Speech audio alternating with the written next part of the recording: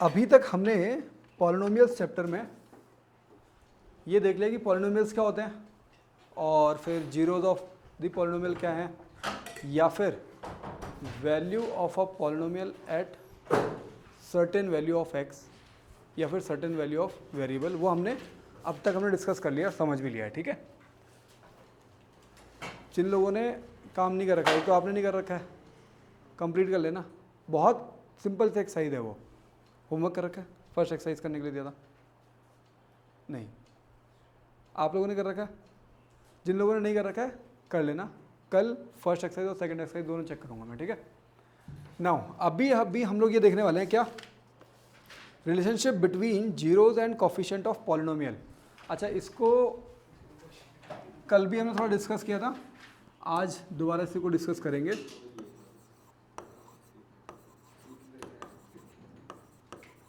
Relationship between zeros and coefficient of coefficients of polynomial.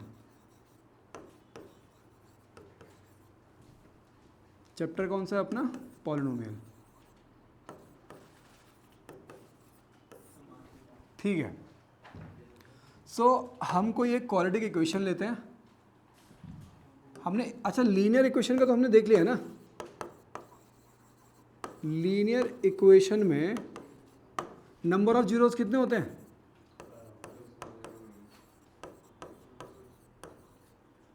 हाँ भाई, linear equation में number of zeros कितने होते हैं, हाँ बताओ, 1।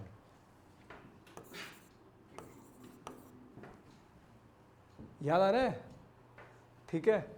और फॉर्मूला क्या है आप बताओ एबिगेल, फॉर्मूला क्या है, नंबर जीरो लीनियर पॉलिनोमियल में या फिर लीनियर इक्वेशन में, अभी तो हम लोग खैर पॉलिनोमियल पढ़ रहे हैं, तो लीनियर पॉलिनोमियल में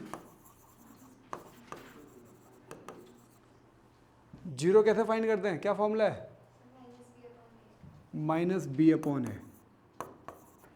आप बताओ ये बी क्या होता है, हाँ वो जो कांस्टेंट टर्म होती है बी माइनस 1, कांस्टेंट टर्म, ठीक है, और एक कोएफिशिएंट होता है ऑफ एक्स, कांस्टेंट टर्म, और ये ए जो है वो कोएफिशिएंट ऑफ एक्स, हाँ कोफिशिएंट ऑफ एक्स।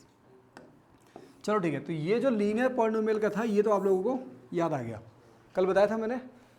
आज हम लोग बेसिकली जो देखेंगे वो है क्या, relationship between zeros and coefficients of polynomial in quadratic equation. ठीक है ना, तो आज हम लोग देखने वाले हैं क्या, क्वाड्रेटिक इक्वेशन में देखने वाले हैं।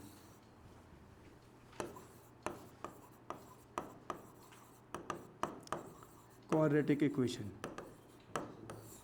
लीनियर इक्वेशन का तो आपने देख लिया, अब है क्वाड्रेटिक इक्वेशन का। कोई एक क्वाड्रेटिक इक्वेशन जो कि बुक में दे रखी है, जैसे 2x² minus 8x plus 6, 2x² minus 8x plus 6। अच्छा, अभी जो मैं बता रहा हूँ ना, जरा ढंग से इसको सुनना। अभी हम लोग ये देख रहे हैं कि पहले इसके जीरोस कैसे फाइंड करेंगे। ठीक है, आपको पता है कि जीरोस फाइंड करने के लिए आप इसको इक्वेट करते हो किससे, जीरो के साथ, तो मतलब एक क्वाड्रेटिक इक्वेशन बन गई अभी ये।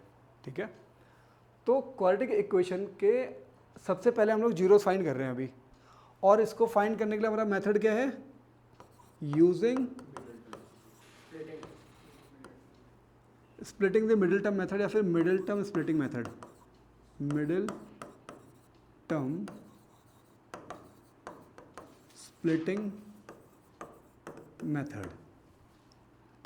ठीक है, अब इसमें होगा क्या कि सबसे पहला काम आप ए क्या है, बी क्या है और सी क्या है, इसको राइट डाउन कर लो। और जो मैं बेसिक स्टेप्स बता रहा हूँ ना, अगर आप लोगों को ये splitting the middle term method नहीं आ रहा है तो एटलीस्ट एक या दो क्वेश्चन बिल्कुल बेसिक तरीके से करो। ठीक है, उसके बाद फिर आप लोग वो करते ना, splitting the middle term method hardly 3 से 4 लाइनों में सॉल्व हो जाता है पूरा। ठीक है, लेकिन जो पहले एक दो क्वेश्चन करोगे उसको बेसिक्स के साथ करना। यहाँ पे ए क्या है, कोफिशिएंट ऑफ एक्स स्क्वायर जो कि 2 आएगा, बी जो है वो -8 हो जाएगा कोफिशिएंट ऑफ एक्स, और c जो है वो कांस्टेंट टर्म मतलब 6। समझ में आ रहा है अभी? अच्छा ये फर्स्ट स्टेप है। सेकेंड स्टेप क्या होता है? a इंटू सी। तो यहाँ पे a इंटू सी कितना हो जाएगा? 2 इंटू 6 विच इज 12। ठीक है, और यहाँ पे हमको क्या चाहिए? -8 चाहिए। जो हमारा बीच वाली जो टर्म है उसका कॉफिशिएंट क्या है? -8। तो इसका मतलब -8 को आप 12 के किस फैक्टर से लिख सकते हो? 12 के फैक्टर्स कौन कौन से हैं? जैसे 1 इंटू 12, 2 इंटू 6, 3 इंटू 4। इसके आगे जाओगे तो 4 इंटू 3, 6 इंटू 2, 12 इंटू 1 रिपीट हो जाएगा। तो मतलब ये है कि हमको कोई ऐसा फैक्टर लेना है जिस फैक्टर का प्लस या फिर माइनस करके क्या आ जाए? बीच वाली टर्म। तो यहाँ पे वो फैक्टर कौन सा लग रहा है? क्योंकि हमको -8 चाहिए, तो यहाँ पे आपको ये पता है कि अगर आप 2 + 6 करोगे तो 8 होने वाला है। तो अब वो चीज़ हम लोग करेंगे जिसको जो इसका नाम है क्या? Middle term splitting. तो मतलब ये जो इक्वेशन है, इस इक्वेशन का बीच वाला टर्म स्प्लिट करके लिख दो बस। ठीक है, तो 2x² माइनस कैसे करके लिखेंगे? 2 और 6 की हेल्प से लिखेंगे। ठीक है, तो यहाँ पे आप लिख दोगे -2x और -6x plus 6 is equals to 0। यहाँ तक कोई डाउट तो नहीं है अभी? फिर इसके बाद हो जाएगा आपका 2 यहाँ से कॉमन कर दोगे तो ये आ जाएगा 2x को कॉमन करोगे तो यहाँ पे आ जाएगा x - 1, और यहाँ से हम लोग किसको कॉमन कर देंगे? -6 को कॉमन कर देंगे तो यहाँ पे फिर से x - 1 इक्वल्स टू 0। तो अल्टीमेटली अब देखो यहाँ पे इस पूरे इक्वेशन में x - 1 को आप कॉमन कर सकते हो। तो x - 1 को कॉमन किया तो इस पूरी जगह पे 2x बचेगा और इसकी जगह पे -6 बचेगा इक्वल्स टू 0। यहाँ तक समझ में आ रहा है? अच्छा, अगर दो चीज़ों का प्रोडक्ट अगर 0 आ रहा है, इसका मतलब या फिर ये 0 है या फिर ये 0 है। तो दोनों कंडीशन से एक बार हम लोग अप्लाई करके देखते हैं। तो x - 1 को 0 पुट कर लेते हैं तो ये x इक्वल्स टू 1 आ गया। फिर यहाँ पे 2x - 6 इक्वल्स टू 0 पुट कर लो तो 2x equals to 6 and x equals to 6/2। Solve करोगे तो x इक्वल्स टू 3 आ रहा है। तो x की आपकी दो वैल्यूज़ आ गई। ठीक है, क्वाड्रेटिक इक्वेशन में जो जीरोज़ हैं आपकी बुक के अकॉर्डिंग, आप एक जीरो को अल्फ़ा मान लेते हो और एक जीरो को बीटा मान लेते हो। Let these zeros are alpha and beta. Let these zeros are alpha and beta. Therefore alpha को हम लोग कैसे लिखेंगे? अल्फ़ा हो जाएगा 1 और बीटा हो जाएगा 3। यहाँ तक समझ में आ रहा है अभी? अल्फ़ा एंड बीटा क्या है? जीरोज़ मान लेते हैं हम लोग। ठीक है ना? अब देखो क्या है कि आपका क्वाड्रेटिक इक्वेशन ये है। कहाँ गई अपनी क्वाड्रेटिक इक्वेशन? ये है, ये आपकी क्वाड्रेटिक इक्वेशन है, ये आपके जीरोज़ हैं। तो ये जीरोज़ और जो कॉफिशिएंट हैं वो ये हैं a, b and c। These are the coefficient. इनको हम लोग इनके साथ कैसे रिलेट कर सकते हैं?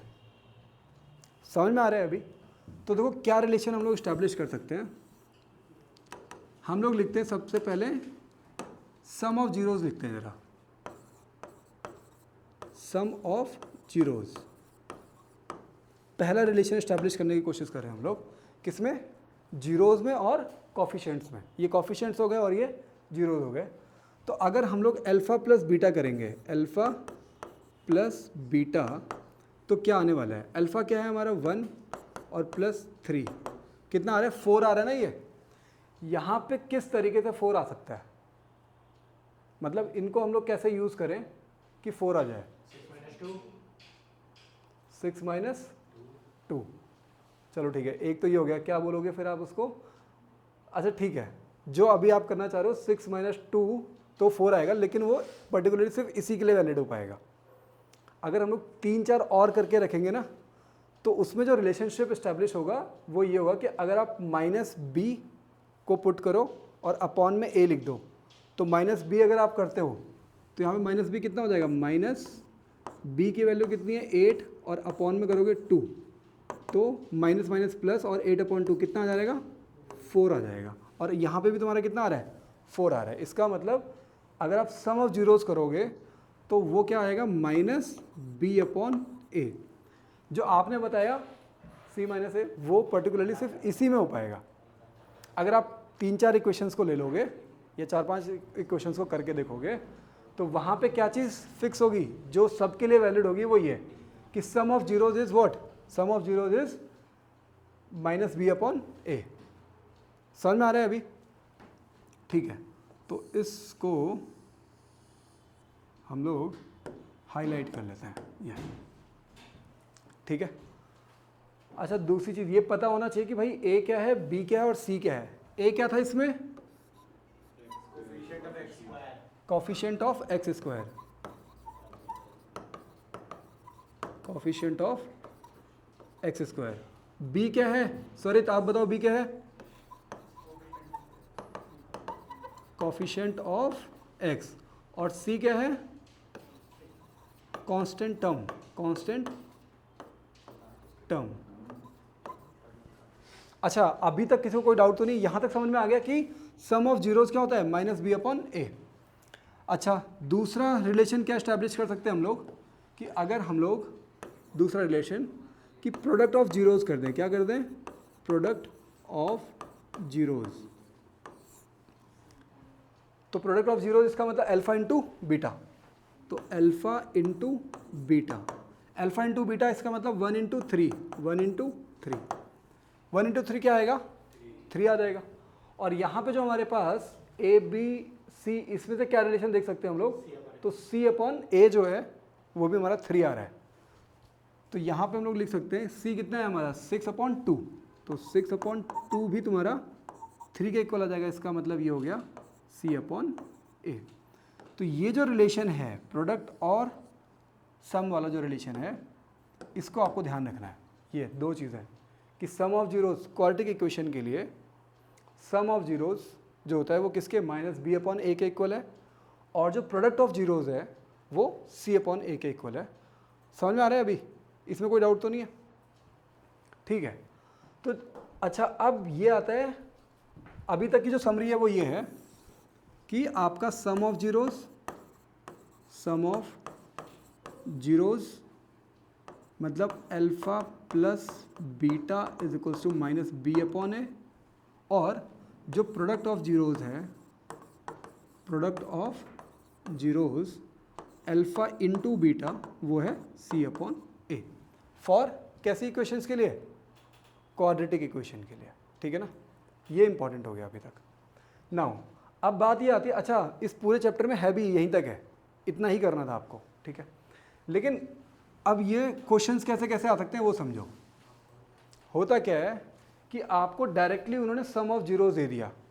देखो अभी तक जितना आप लोगों ने देखा, इसमें ये हो सकता है कि जो प्रॉब्लम्स कैसी कैसी आती हैं वो समझो ज़रा, कि प्रॉब्लम्स के टाइप क्या क्या हैं। एक तो ये है कि जिसमें आपको जीरोस दिया हुआ होगा, क्या, zeros are given, zeros are given, और हमको फाइंड क्या करना होगा, इक्वेशन फाइंड करनी होगी। क्या फाइंड करना होगा, फाइंड इक्वेशन, ठीक है। एक तो ये है, और दूसरा ये होगा कि sum and product of zeros are given, sum and product of zeros are given, zeros are given, और फिर आपको इक्वेशन फाइंड करनी होगी, फाइंड इक्वेशन।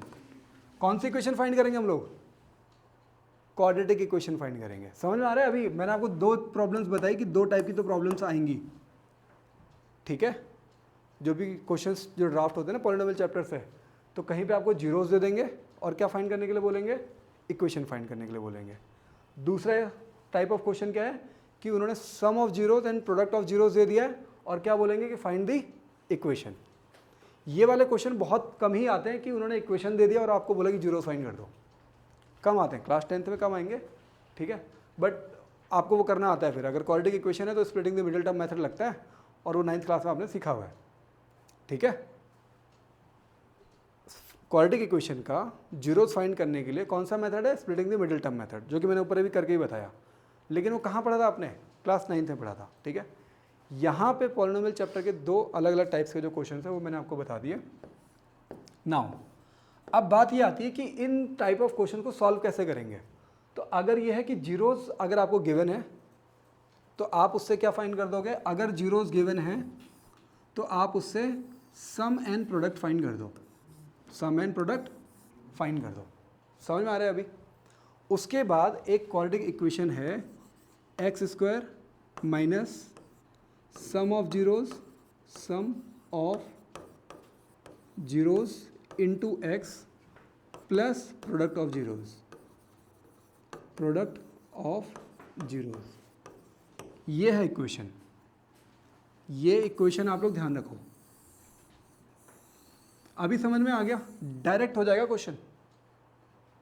अगर आपको सम एंड प्रोडक्ट ऑफ जीरोस दे रखा है, सम ऑफ जीरोस जो भी दे रखा है उसको यहां पुट कर दो, जो प्रोडक्ट ऑफ जीरोस दे रखा है उसको यहां पुट कर दो, ये पूरी इक्वेशन बन गई। समझ में आ रहा है।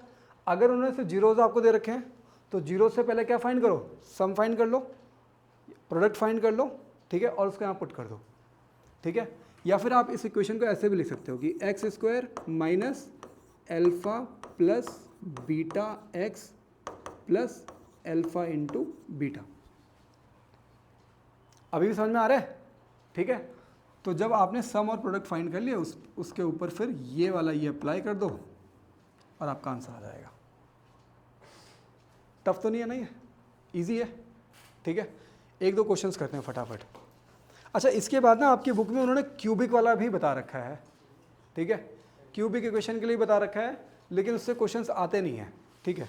तो अभी लास्ट में उसके बाद फॉर्मूला हम लोग देख लेंगे। अभी जरा हम लोग इसको सॉल्व करते हैं। देखो क्या है, find the zeros of the following quadratic polynomial. अगर जीरोस फाइंड करें तो कौन सा मेथड लगाएंगे हम लोग, splitting the middle term method, ठीक है। क्या बोल रहा है, find the zeros of the following quadratic polynomial and verify the relationship between the zeros and the coefficient, ठीक है। तो क्वेश्चन नंबर 1 आपको करना क्या है, ये 2.2 का कर रहा हूं मैं, 2.2। ये बोल रहा है find the zeros, find the zeros and verify the relation,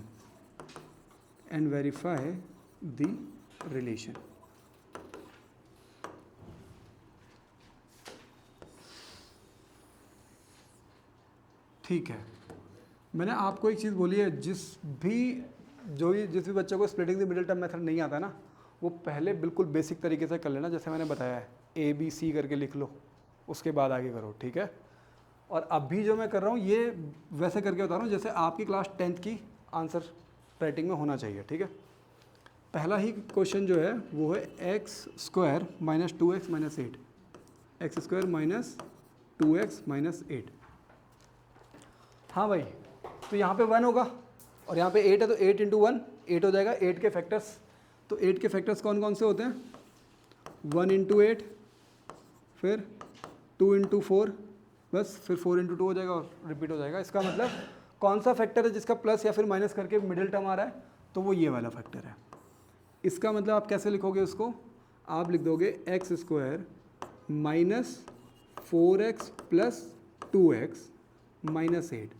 अच्छा, माइनस 4x क्यों लिखा, क्योंकि आपको पता है कि 4 और 2 का प्लस माइनस करके आंसर माइनस में चाहिए, तो इसका मतलब इसमें इन दोनों से माइनस में कौन होना चाहिए, बड़ा वाला नंबर। तो 4x को हमने माइनस रख दिया और 2x को हमने प्लस में रख लिया, ठीक है। आगे सॉल्व करते हैं। इन दोनों से क्या चीज़ कॉमन हो सकती है, तो x कॉमन हो सकता है। हमने x को कॉमन कर दिया और ये x माइनस 4 हो गया, प्लस यहाँ से 2 को कॉमन कर लो और x माइनस 4।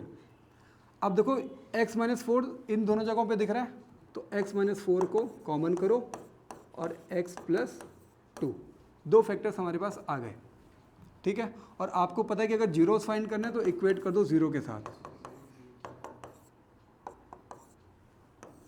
इसका मतलब कि या तो फिर x माइनस 4 0 के इक्वल होगा, क्योंकि दो नंबर्स का प्रोडक्ट अगर 0 के इक्वल आ रहा है तो या फिर ये 0 है या फिर ये 0 है। तो x माइनस 4 इक्वल्स टू 0 और x की वैल्यू आ रही है 4, और फिर यहाँ पे x प्लस 2 इक्वल्स टू 0, तो x की वैल्यू आ रही है -2। सबका ये आ गया अभी तक? तो इसको हम लोग अल्फ़ा मान लेते हैं, अल्फ़ा इक्वल्स टू 4 और बीटा इज इक्वल्स टू -2। ठीक है, अब इन्होंने बोला वेरीफाई द रिलेशन। ठीक है, तो वेरीफाई कैसे करेंगे? आपको ये पता है कि सम ऑफ जीरोस मतलब alpha plus beta must be equals to minus B upon A. तो अल्फ़ा कितना है 4 प्लस बीटा कितना है -2 is equals to minus B. B की वैल्यू कितनी है यहाँ पे? -2 है। ठीक है, तो हमने यहाँ पे लिखा -2। ए की वैल्यू कितनी है 1। तो मतलब इसको सॉल्व करके 4 -2 यहाँ पे आ रहा है, माइनस माइनस कितना हो गया प्लस हो गया, +2 ये आ रहा है, तो सही आ रहा है फिर 2 इक्वल्स टू 2। तो ये तो वेरीफाई हो गया। दूसरा वाला वेरीफाई करते हैं, अल्फ़ा इंटू बीटा किसके इक्वल आना चाहिए? c अपॉन ए के। तो अल्फ़ा कितना है 4 इंटू -2 इज इक्वल्स टू सी कितना है हमारे पास -8 और फिर अपॉन में a 1 है, तो -8 अपॉन 1। इसको सॉल्व करोगे तो ये आ गया -8, यहाँ पे भी -8। अब लिखोगे आप वेरीफाइड। समझ में आ रहा है? अभी इस तरीके से करना है, सर वेरीफाई दो तरीके से करने होते हैं। दोनों तरीके से। ठीक है, सर एक मिनट में हो जाएगा है? एक सेकंड तो वेरीफाई हो ही जाएगा। नहीं नहीं, अच्छा अभी समझ में आ गया कि कैसे करना है? फर्स्ट वाले सारे क्वेश्चंस हो जाएंगे। अच्छा फर्स्ट में ना एक क्वेश्चन जो थोड़ा सा ट्रिकी सा लग रहा है मुझे, मैं वो भी करके दिखा रहा हूँ। थोड़ा इसमें बच्चे कंफ्यूज हो जाते हैं। t² -15, ठीक है? हाँ भाई, सबसे पहले मुझे ये बताओ इसके जीरोस कैसे फाइंड करोगे? t² -15, ये क्वाड्रेटिक इक्वेशन ही है ना भाई। हाईएस्ट पावर कितनी है 2 है, तो मतलब क्वाड्रेटिक इक्वेशन है। जीरोस कैसे फाइंड करोगे इसके? तो जीरोस फाइंड करने का आपको पता है एक ही तरीका है अपने पास, t² -15 इज इक्वल्स टू 0। ये पुट कर दो, तो t² इज इक्वल्स टू कितना आ गया 15। तो t की वैल्यू कितनी आ रही है √15। तो आप इसको ±√15 लिख दोगे। समझ में आ रहा है? अभी यहाँ तक डाउट तो नहीं है? दिक्कत ये है कि अब मुझे ये बताओ कि इस इक्वेशन में a क्या है? 1 हो गया।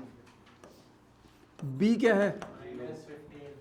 नहीं 0 है, c है 0 है, ठीक है। और c क्या है -15। समझ में आ रहा है अभी? ठीक है। अच्छा अब अगर मैंने +-15 लिखा हुआ है यहाँ पे, तो मुझे बताओ कि अल्फ़ा क्या लिखोगे आप? अगर 1 0 लिखना है अल्फ़ा, तो अल्फ़ा क्या हो जाएगा? मान लो +√15 हो गया, और बीटा कितना हो जाएगा अपने पास? -√15 हो जाएगा। समझ में आ रहा है अभी? यहाँ तक समझ में आ रहा है? यहाँ तक कोई डाउट तो नहीं है? अल्फ़ा +√15 और बीटा -√15। अब हमारे पास क्या है? सम ऑफ जीरोस कर दो ज़रा। तो सम ऑफ जीरोस इसका मतलब अल्फ़ा प्लस बीटा किसके इक्वल आना चाहिए? -b/a के इक्वल आना चाहिए। तो ठीक है, फिर अल्फ़ा हमारा क्या है √15 प्लस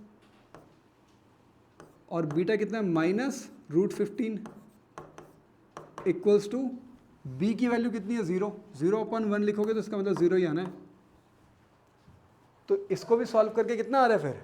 √15 -√15 0 आ रहा है, तो यहाँ पे भी 0 आ गया। 0 इक्वल्स टू 0, इसका मतलब ये वेरीफाई हो गया। ठीक है। अच्छा है तो बहुत सिंपल और बहुत कम में भी हो जा रहा है, ठीक है। लेकिन क्योंकि ये जो क्वेश्चन है ना, ये यहीं पे डरा देता है बच्चों को ना, कि यार इसको कैसे सॉल्व करेंगे, जीरोस कैसे लेकर आएंगे। Splitting the middle term method तो लग नहीं रहा है यहाँ पे, ठीक है। वो डायरेक्टली ही सॉल्व होना था, बल्कि और भी सिंपल तरीके से सॉल्व होना था, ठीक है। तो ऐसे जो क्वेश्चंस होते हैं थोड़े, उनको भी करके जाना। अच्छा दूसरा हमारा क्या रह गया? अल्फ़ा इंटू बीटा जो कि c/a है। तो √15 into minus root 15 is equals to, C की वैल्यू है -15, तो -15 अपॉन ए की वैल्यू है 1। इन दोनों को अगर आप सॉल्व करोगे तो रूट 15 इंटू रूट 15 कितना होता है 15 हो जाएगा, और माइनस का साइन यहाँ पे आ जाएगा, और यहाँ पे भी -15 है। हो गया वेरीफाइड। सर हाँ अगर वैसे तो ठीक आएगा, अगर मैंने मतलब रूट को -15 कर दिया और उसका स्क्वायर ले लिया तो e minus a minus a square minus b square का फॉर्मूला लगा दिया, फिर t को उधर, फिर 15 को उधर ले लिया। एक मिनट रुको जरा, क्या ए स्क्वायर, जैसे t स्क्वायर है ना, हाँ t स्क्वायर है, हाँ, फिर उसको मैंने 15 मतलब रूट 15 का अच्छा ठीक है ठीक है ठीक है, आप ऐसा भी कर सकते हो यहाँ जो आप बोलना चाह रहे हो, ठीक है, टी स्क्वायर -15 है, तो इसको रूट कर दिया रूट 15, और आप इसको लिख रहे हो टी स्क्वायर माइनस रूट 15 का स्क्वायर, हाँ ठीक है, तो a square minus b square, और ये हो गया ए स्क्वायर माइनस बी स्क्वायर, सही बात। तो ये हो गया आपका टी प्लस रूट 15, और दूसरा हो जाएगा टी माइनस रूट 15, ये भी है, ठीक है, एक ही बात तो है। दो जीरो हो गए बिल्कुल। अब यहाँ से भी आपको वही मिल रहा है, प्लस माइनस रूट 15 मिल जा रहा है। नहीं नहीं नहीं, गलत नहीं हो, सही है। फिर अगर आपने इस तरीके से किया तो ये भी सही है, यहाँ पे भी 2 जीरो यही वाले आ रहे हैं, टी की वैल्यू प्लस रूट 15, और दूसरी आपने भी ऐसे किया था, चलो ठीक है ठीक है, समझ में आ गया अभी दोनों चीज़ें है, किसी को कोई डाउट तो नहीं है? चलो ठीक है, फिर आपको जो भी तरीका सही लगे, ये वाला भी अगर आप लोगों को समझ में आ गया है तो आप इससे भी कर सकते हो, इससे भी कर सकते हो, ठीक है। आगे बढ़ते हैं जरा, वैसे स्मार्ट वे ये वाला है, ठीक है। और क्लास 10th में थोड़ा जहाँ जहाँ पे जैसे ना जैसे बाई चांस आप क्या क्या चीज़ें नहीं करोगे तो भी चलेगा। मान लो अगर आपने अपनी आंसर राइटिंग में अगर ये नहीं लिखा है ना, इसके बाद डायरेक्टली ये लिखा है, चलेगा, ठीक है। तो इसी तरीके से आप लोग जो मतलब जैसे 1-2 स्टेप्स अगर आप लोग बीच के ओमिट करते हो ना तो उसके मार्क्स नहीं कटेंगे, लेकिन जो मेन स्टेप्स होते हैं जैसे टी की वैल्यूज़ मेन है, इस पे मार्क्स मिलेंगे, ठीक है। इसके बाद ये लिखना मेन है, कौन सा, ये चीज़ इसके इक्वल, इस तरीके से शो करना ज़रूरी है, ये लिख दो, उसके बाद ये कर दोगे चलेगा, ठीक है ना, ये लिख करके ये लिख दोगे चलेगा, ठीक है। 1-2 स्टेप्स बीच के मिस कर सकते हो आप, लेकिन जो कंक्लूसिव स्टेप्स होते हैं वो होने चाहिए, ठीक है। अच्छा, इसमें और कोई टफ सा तो नहीं लग रहा है इसमें, ठीक है। इसके बाद जो सेकंड क्वेश्चन है वो बता रहा हूँ मैं। सेकंड क्वेश्चन में जो आपको दे रहा है, question number 2, find the quadratic polynomial each with the given number as sum and product of its zeros. क्या दे रखा है आपको? क्वेश्चन नंबर 2 में आपको दे रखा है सम एंड प्रोडक्ट ऑफ जीरोस आपको गिवन है, और आपको फाइंड क्या करना है, find quadratic polynomial.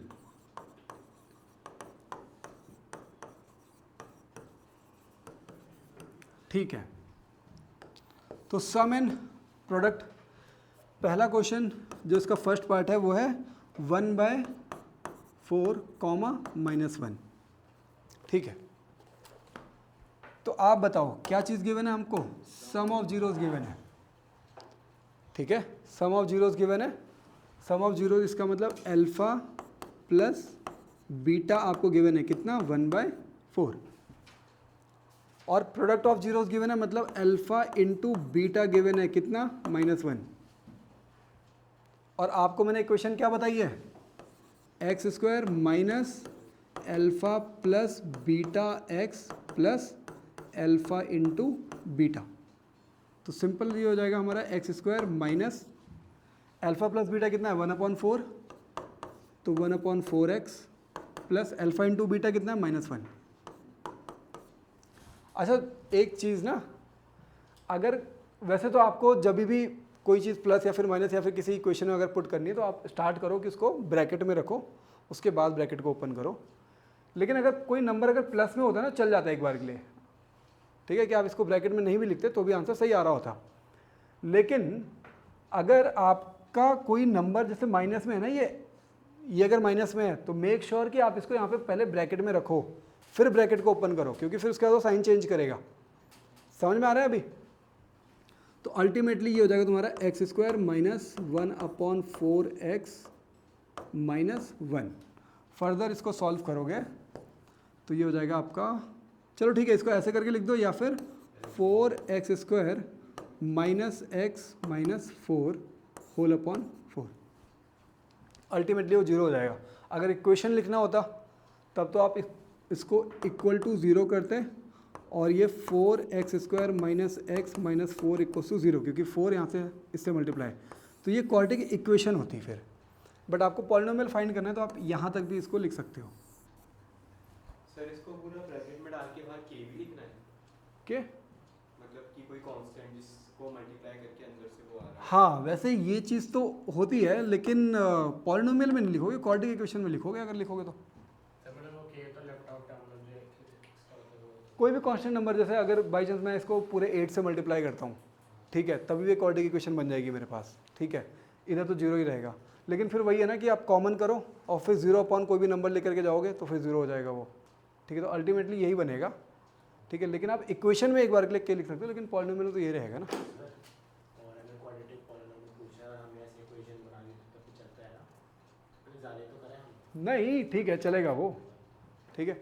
But polynomial क्या है कि पॉलिनोमियल ये है जिसमें आप इक्वेट नहीं करते हो, ठीक है। पॉलिनोमियल ये वाला है, ठीक है, और ये इक्वेशन है। अच्छा, यहाँ तक समझ में आ गया अभी? ठीक है, आगे बढ़े, एक दो क्वेश्चन इसके और कर लेते हैं। जैसे ये थर्ड वाला जो है, थर्ड वाला क्या है, 0,√5। थर्ड वाले में आपको 0,√5 दे रखा है। इसका मतलब सम ऑफ जीरोस कितना है? 0। प्रोडक्ट ऑफ जीरोस √5, ठीक है। तो alpha plus beta equals to 0 और alpha into beta equals to √5। और हमारे पास इक्वेशन है X square minus alpha plus beta, तो मतलब 0 हो गया, 0 इंटू एक्स और फिर प्लस अल्फ़ा इंटू बीटा मतलब √5। इसका मतलब आंसर कितना आ गया, एक्स स्क्वायर प्लस √5। ये हो गया आंसर, ठीक है। दोबारा, जो क्वेश्चन बहुत ही सिंपल से होते हैं ना, वो स्टार्टिंग में देखने से थोड़े टफ लगते हैं। इसमें रूट भी है और 0 भी है, लेकिन सॉल्व करोगे तो बहुत सिंपल क्वेश्चन है ये, ठीक है। तो ऐसा, ठीक है। फिर इसके बाद आप लोग अब ये पूरी एक्सरसाइज करके आओगे, 2.2 पूरी एक्सरसाइज करके आओगे। जो भी डाउट्स होंगे, और बल्कि रिफ्रेशर से भी अगर कहीं कस से करके आना है तो लेकर के आओ, डाउट्स में कुछ हैं तो वो भी लेकर के आना। अभी इसमें एक चीज़ है जो कि मैं बता देता हूँ, क्योंकि आपकी बुक में बता रखा है क्या, अगर कोई क्यूबिक इक्वेशन हो, अगर कोई क्यूबिक इक्वेशन हो, क्यूबिक इक्वेशन कैसे होती है वो, ax³ plus bx² plus cx plus d, equation polynomial लिखते हैं इसको।